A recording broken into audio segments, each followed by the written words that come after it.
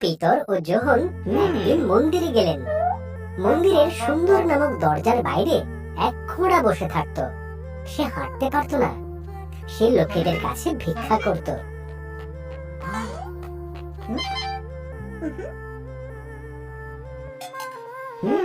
ভিক্ষা দিয়ে যাও, লোকটি পিতর আর যোহনকে বলল।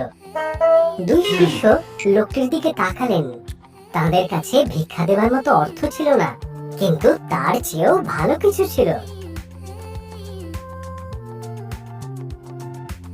আমাদের দিকে দেখো। লোকটি ভাবলো কিছু ভিক্ষা পাবে, কিন্তু পিতর বললেন, আমার কাছে সোনা রূপো কিছুই নেই, কিন্তু আমার কাছে এমন কিছু আছে যা আমি তোমায় সানন্দে দান করতে পারি।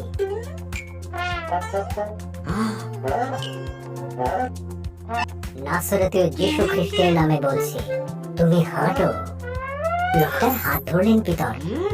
তার পায়ের পাতা ও গোড়ালি শক্ত হলো। লোকটি উঠে দাঁড়ালো আর হাঁটতে লাগলো।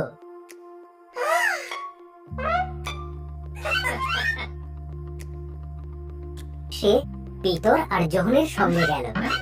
সে অল্পক্ষণ হেঁটে লাফিয়ে ঝাঁপিয়ে দৌড়ে বেড়াতে লাগলো আর ঈশ্বরের নামে গৌরব করতে লাগলো। যারা তাকে রোজ মন্দির দুয়ারে বসে থাকতে দেখতো, তারা জানতো লোকটি জন্ম থেকেই খোঁড়া। এখন তারা তাকে লাফিয়ে ছুটে আনন্দে ঈশ্বরকে ধন্যবাদ দিতে দেখে দারুণ অবাক হয়ে গেল।